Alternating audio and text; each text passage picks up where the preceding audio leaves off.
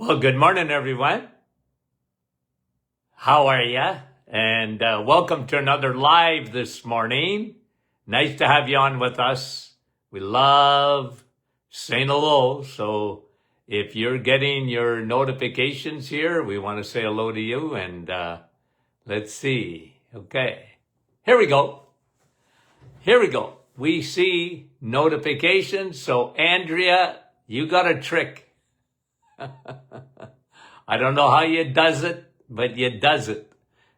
Andrea from Niagara Falls at number 1. Nativity, how are you? Numero duo, number 2 today. Patricia from Florida, number 3. Maria from Ottawa, good morning. Judy, how are you? Right up at the top. Rosa from Montreal. Rosalinda from the Kidneys of Canada, Niagara Falls. Hi, Janice from Brampton. Kevin, there you are. And Karen. And Lise, good morning.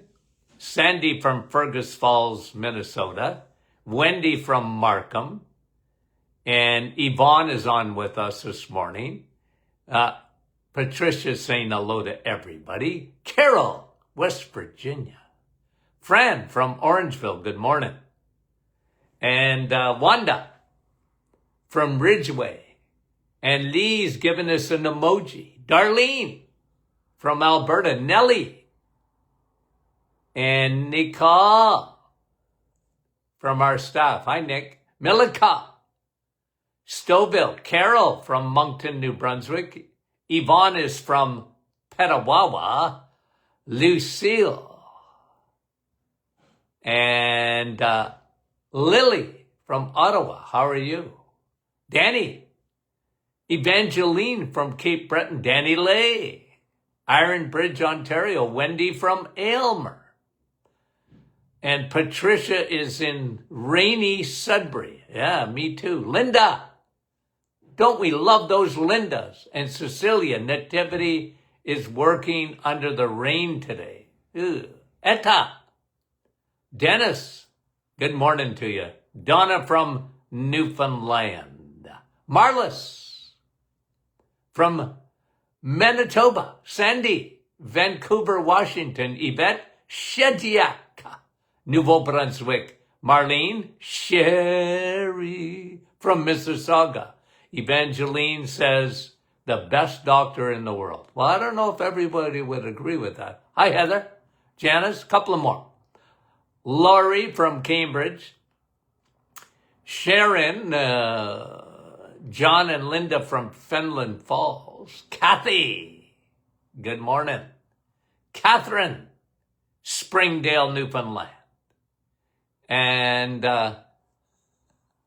Cheryl and Mary from Gander, Newfoundland. Kristen, Saskatchewan. Guys, hi, Francis. We go from coast to coast. Hi, Doris, Judy, Port Perry, Ontario. Denise, Oakville. Mara from Windsor, Ontario. Karen, Coldwater, how are you? Cheryl's was in the clouds. Sylvie, Sue, Saint Marie, Etta. Good morning. Hi, Vince. How are you? Okay, so why don't we do this morning, guys, okay? And why don't we do this morning? Okay, I'm looking at my PowerPoint that I gave on Saturday in Martin, Tennessee, at the University of Tennessee, Martin. So I think I drove by Tennessee years ago, drove through it, Chattanooga, but didn't spend time going west Tennessee. So flew into Nashville, and it's about a 2.5 hour drive west to Martin, Tennessee. Now, Martin, Tennessee, didn't know anything about it other than our dear friend to this program, Dr. McEwen, had organized a conference. I have the bulletin here. The 29th Annual Mid-South Psychology Conference, University of Tennessee at Martin, Tennessee. Okay, there's the conference bulletin. And they got even my picture in it. Okay? All right? See that guy? Okay. Anyway, make a long story short, what a beautiful university. And they got 8,000 students. I thought it was very small part of the University of Tennessee, but it's got a pretty big campus there in a small town. Martin, Tennessee, I think the population is 10,000 and the student population is 8,000. And I talked to one of the organizers there, and he said by 2030, they'll be at 10,000 students. So big campus, and really enjoyed our time there. Met some of our folks from some of our followers on Facebook and our podcasting. They also came out to the conference amongst all the students and other professors who had come down to be part of the conference from Memphis, Tennessee. Anyway, what I got time to do, and then because we wanted to have a Q&A, because you know me, I could go on for hours, okay? So I was talking about mental health and energy. Meaning 25% of everything you eat goes up to the brain. Don't think for a minute that doesn't have a major effect on mental health. Energy. And I talked about mitochondria in the brain. And then I went to insulin and how the brain becomes insulin resistant and can lead to a lot of mental health disorders.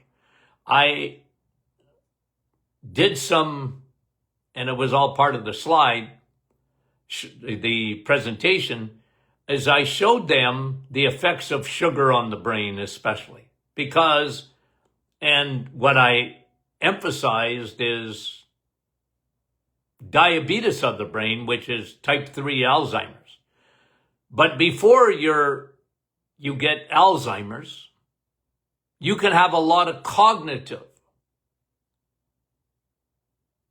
problems. You can have a lot of emotional problems. Not all with food, but food is a big factor. Okay? And I talked to them about eating the right food for your brain. Your brain is headquarters. And guys, you know this because you're followers of this program, but the world doesn't know this. Okay? I'll give you an example. A recent study, okay, showed that red meat actually helps to prevent Alzheimer's. So red meat makes sense, doesn't it? Red meat prevents Alzheimer's. And there's reasons for that. One, you're putting a log on the fire of energy up in your brain when you eat the right foods that are nutrient dense. Like, is there anything better than red meat to eat? No.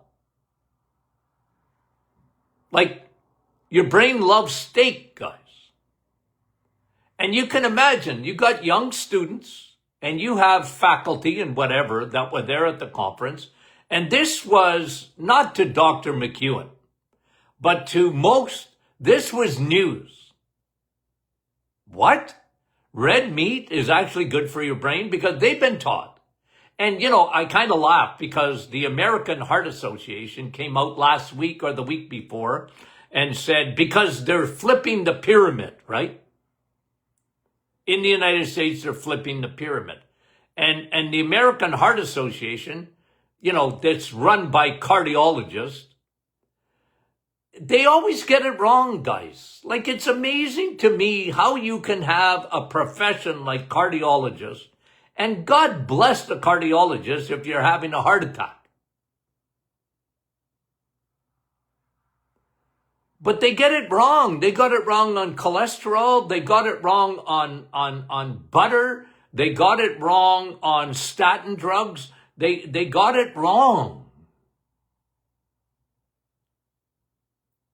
And so they chime in because they don't like the idea that they're switching the pyramid around, the food pyramid in the United States, to include animal foods. Because that used to be, you better limit that. Like, the cardiologists are still upside down on eggs. Everybody else, just about, yeah, eggs are good for you. But not cardiologists. They can't get over cholesterol. It's skewed their thinking. They have a predisposition to cholesterol causes heart disease. Therefore, you can't eat much of cholesterol containing foods. And cholesterol is only found in the animal kingdom. So I made this point about mental health. I said, your brain is the energy center. It takes 25% of everything you eat. And your brain is going to react to when you eat the wrong foods. So I started out with sugar. Sugar is toxic. Ask a diabetic. And then I gave some statistics on diabetes. I said, in this room, if I tested you for metabolic syndrome, if I tested everyone in this room for metabolic syndrome, like, I guarantee you that it's no different than the rest of the population, which is 93% have metabolic syndrome. They just don't know it because they don't test for it. They don't test properly for it. They don't look at A1C. They don't look, you might get your triglycerides tested, but they don't check them because if it's not flagged, it's not significant. All they're worried about is heart disease. They're not thinking metabolic syndrome affects the brain because it's an energy center. And metabolic syndrome, okay, the word means how you break food down into energy. And we're overfed and undernourished in our brain. I stuck to the brain. We're overfed and undernourished. And it's an energy problem. Your brain is swimming in fuel that it can't use. It's flooded with 200 pounds of sugar a year. You think your brain was made for that? And unfortunately, a light doesn't go off on the top of your head and saying you're using the wrong fuel. And of course, there's always, like I said, the American Heart Association pushes back. They can't stand it.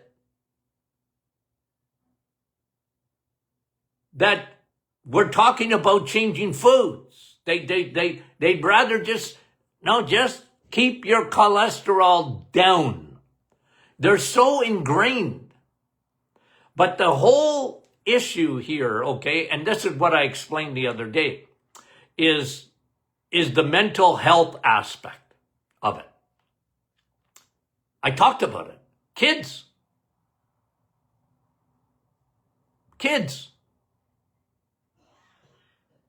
Do you think there wasn't ADD and ADHD in these kids? Yeah, probably always been around. But today it's like it's on steroids. Kids, I said, what's the connection between fatty liver and the brain? I said, what happens in Vegas don't stay in Vegas. Like your liver. What happens there, it's not Las Vegas. Because what happens in the liver doesn't stay in the liver. It affects your heart. It affects your brain. When you fill up the liver with especially high fructose corn syrup, the energy gets all messed up. Your brain wasn't made for that stuff, guys. Your brain wasn't made for high fructose corn syrup. It don't know what to do with it. And we got, like I said, 50% of young people in the United States of America are on some form of medication. SSRIs. As if depression is a lack of Prozac. It's an energy issue. It's an energy issue. And that's what I was out to convince my audience. Now, I had a short period of time. Okay? You know me, I go down rabbit trails and I have a hard time coming back. But I just wanted them to think. I knew I had limited time, so I wanted them to think about their diet, how it affects them, how it affects their brain. I'm a food guy. And people have been lied to big time about food. We're top heavy with carbohydrates. Top heavy in the world. And it's been an unmitigated disaster. Are we healthier than before? Nah. We might live longer. They can keep us alive, but not healthier. And that's not even contested. There's more heart disease today than ever. There's more cancer than ever. There's more Alzheimer's than ever. There's more autoimmune than ever. There's more diabetes than ever. And there's more mental health problems than ever. Now, we live in a complicated world. I know there's other factors other than food, of course. Especially when it comes to mental health. I understand that. I brought out a new study, ketogenic diet for mental health. It really works. And the idea with it is you're lowering carbohydrates. You switch it around. Animal fat and protein become king of the castle. And carbs become the dirty rascal. Okay. Now, what I didn't get into, and I wanted to, what does cortisol have to do with all this? Because I started off the whole thing talking about my books. I said, I just got to tell you what I tell my audience all the time. I've always been into energy, guys, if you're wondering, okay? Because remember, my thesis was on chronic fatigue syndrome. That was my thesis. That's an energy issue. I talked about this. Adrenal gland exhaustion. That was chronic fatigue syndrome. In 2011, at the 100th anniversary of the Martin Clinic, my son and I wrote another book called Serial Killers, 2 Hormones That Want You Dead. On Saturday morning, I spent the time on insulin. It's a hormone that wants you dead. It's a hormone that should have a part-time job. We've given it a full-time job. and the cascade of problems from insulin and insulin resistance and metabolic syndrome that hits 93% of the population has been a disaster for our health. All the tea in China, guys, all the tea in China won't fix that problem. All the money in the world, because they don't know how to spend it. You know, we don't have a health care system. We have a disease care system. They wait till you get sick, and then they spend a lot of money. Testing, treatment. Prevention to medicine is detection. Am I against detection? No. Okay? i.e., cancer. The whole cancer industry is about early detection. That's why they want ladies for you to have a mammogram.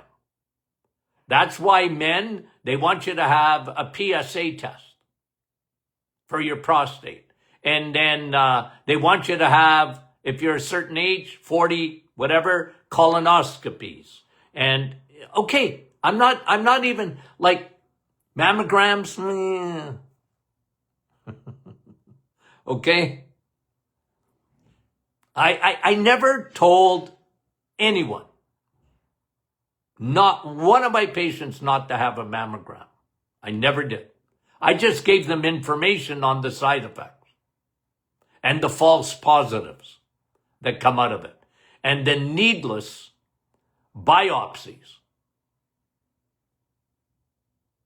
You know, I used to teach them that. So I said, you're going to get another side, but I'm not ever telling you not to get that. It's like the PSA test. I said, the guy who invented the PSA test, by the way, he said he put on sackcloth and ashes. He was so upset. They used that test for cancer detection when it was never made for that. It was made to test the antigens for inflammation of the prostate. Not for cancer. Anywho, I'm getting sidetracked again because I get excited. In 2011, we wrote a book, 2 Hormones That Want You Dead. Because in my practice, what we were seeing, man, the amount of insulin, the amount of insulin resistance that we are seeing in my practice. This is 2011, guys. Well, I wrote the book in 2011. Way before that. It's because there was, guys, a paradigm shift.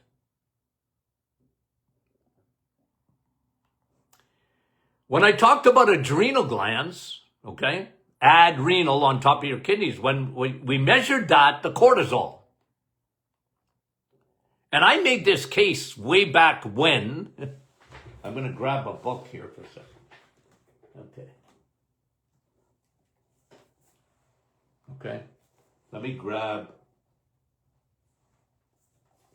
I can't even recognize the guy. You recognize this guy here? Does that look like me? No. If you don't believe in free radical damage, oxidation, rusting out. Okay? I can't. Who is this guy? Okay, when I wrote this book on chronic fatigue here, okay, I was the first guy. And that's why this book, it was my thesis, published. And just trying to think if I got my thesis somewhere. But we published it into a book, and I think we sold over 50,000 copies of that book. And it was all about energy, because these people were exhausted, obviously. And why? Well, I didn't even talk in this book so much about insulin, I talked about cortisol. And it was mostly women who were exhausted. And I used the expression way back then, tired, but wired, running on fumes. It was an energy issue. Cortisol. Cortisol is, you can hardly get a doctor to test it. I mean, they know it exists, but they don't see it. Like, they never equate it to mental health. They don't equate it to, other than anxiety,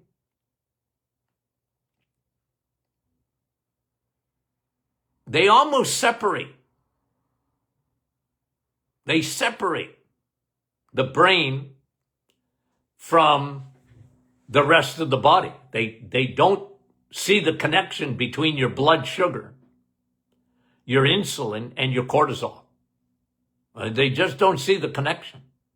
And they certainly have not connected the dots to food. So that was my point, the big point. And then I didn't get into detail about cortisol. I would have liked to, and how cortisol affects the body. Because cortisol, it's meant to have a part-time job. It's meant to be flowing with your circadian rhythm, high in the morning and very low at night. And then I did get a bit of chance to talk about sleep for a minute, because I said, look, the lowest hanging fruit when it comes to cortisol is if you get a good night's sleep. That helps you a lot. Because remember, in the days of chronic fatigue, and this is what I spent a lot of time with, even in this book, I spent a lot of time on the sleep disorder, because there was, 4 major symptoms of chronic fatigue syndrome.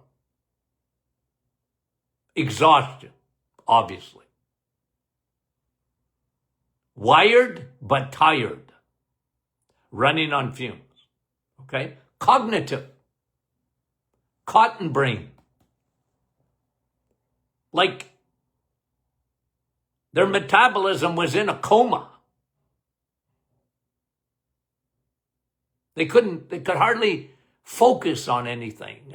And I saw it was an epidemic, guys. I spent all my research time on this topic. And then there was the fibromyalgia symptoms, because fibromyalgia is not separate from chronic fatigue syndrome. I said this in my book, fibromyalgia, pain, unexplained, huge inflammation in the body, was a symptom of that diagnosis of chronic fatigue syndrome. People didn't like that, because they said, no, fibro is, the rheumatologists, they pushed back on adrenal gland exhaustion. They just said, no, it's, we can do the testing, pressure points and whatever, and they give you the diagnosis, but they don't tell you anything about why it was there in the first place. I'm a why guy. Why does it happen? And then you have a sleep disorder. You have a sleep disorder. So you got pain, you got fatigue, you got brain fog, and then you can't sleep even though you're exhausted. They actually studied this, that because of the high levels of cortisol, and it was exhausting, that they weren't getting into the 5 stages of sleep, in particular REM sleep. So I didn't even say this back then, but we know it today, that if you don't get into your sleep, your cortisol is high. And if your cortisol is high, you don't sleep. But here's something, I said that, but here's what I didn't say is when you're not sleeping, you don't go into your self-cleaning oven. Your brain can't get rid of the toxins. It can't get rid of the debris. Your brain has its own self-cleaning oven, but it only works when you're sleeping.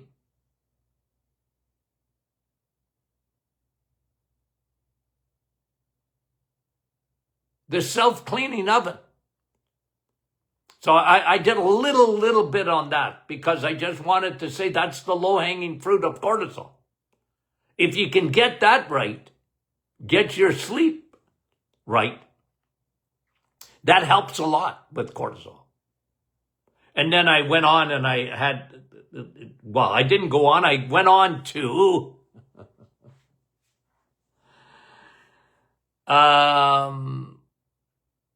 I went on to answer questions because it was time. I was out of time. But that's sort of a recap on the conference. I really would have loved to have gotten into more about cortisol and the brain, but hey, I knew time was limited. Like they're at a conference. I've only got an hour of their time at this conference. They got all these sessions. And anywho, okay. I just thought, well, look, I wanted to give you a little bit of a recap, okay? And I think we've got the video of it, so I don't know if we're going to be able to post it or whatever. I don't know. Who knows? Because I don't take care of that part. If you leave it up to me, guys. I had to get my granddaughter to make up my PowerPoint.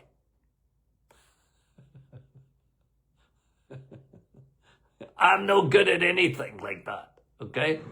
I said, your grandpa, PowerPoint and grandpa don't get along, okay? I mean, I like them, but I don't know how to do them.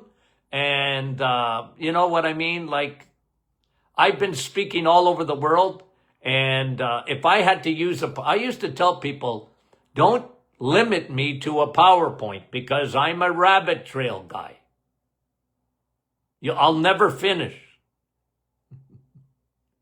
But it was a university setting, so he said, okay, we better send over to Doc McEwen a PowerPoint. Anyway, there were some good slides there. I'm sure they enjoyed them.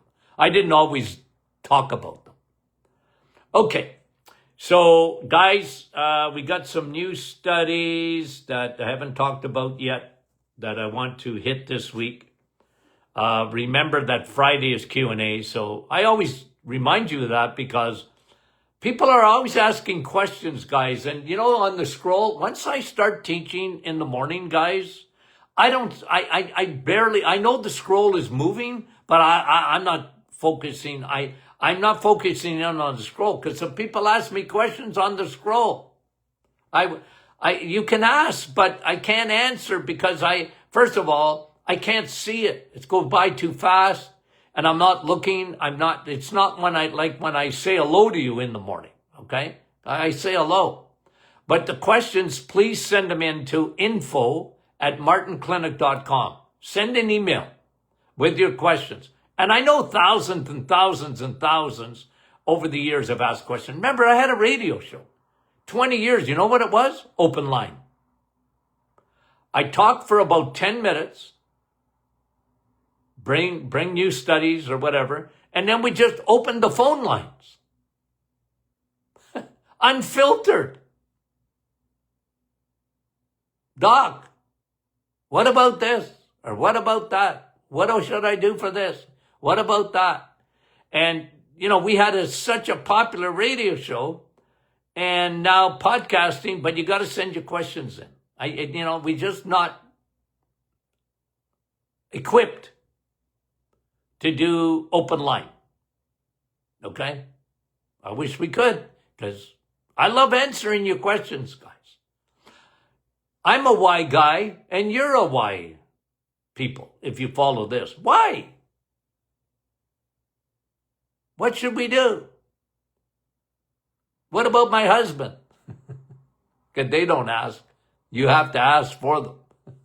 Men. Ugh. Okay. Guys, we love you. Okay? You know that. I hope you do. I hope you feel it. And guys, I feel your love. You know, it's kind of fun when you get to meet some followers, okay, face to face, that came to Martin, Tennessee. And I met with several of them. And, you know, to put a face with the people that follow us, okay? And I love that. I love that. I feel the love, okay? And I want to tell you, feeling it back to you. I'm sending it back to you guys. Okay. Talk to you soon.